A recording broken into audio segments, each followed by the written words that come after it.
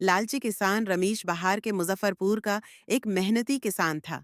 इसके लीची के बाग दूर दूर तक मशहूर थे। हर साल गर्मियों में उसके दरख्त रसीली मीठी लीचियां पैदा करते, जिन्हें लोग दूर दराज से खरीदने आते।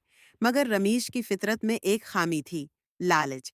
एक साल लीची की फसल शानदार हुई। रमेश ने सोचा, अगर मैं इन लीचियों को बाजार में देर से बेचूं तो कीमत दोगुनी हो जाएगी।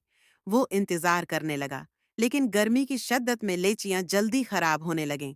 रमेश घबरा गया और फौरन उन्हें बाजार ले गया, मगर ज्यादातर लीचियां खराब हो चुकी थीं। दुकानदारों ने कम कीमत लगाई और कुछ ने लेने से इनकार कर दिया। आखिर में उसे आधी कीमत पर फरोख्त करना पड़ा। घर आकर वो अफसोस करने लगा, अगर मैं पहले ही बीच देता तो नुकसान न होता। अगले साल उसने लालच छोड़कर वक्त पर लीचियां बीच दें और खूब मुनाफा कमाया। उसे एहसास हुआ कि लालच हमेशा नुकसान देता है, जबकि ईमानदारी कामयाबी की कुंजी है।